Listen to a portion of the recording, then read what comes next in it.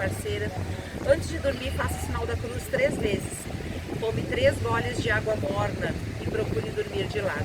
Eu tenho certeza que isso vai ajudar muito, que você vai ter uma noite de sono tranquila e não vai incomodar o seu parceiro e a sua parceira. Se você desejar marcar uma consulta de baralho cigano, nosso WhatsApp é 51997280478.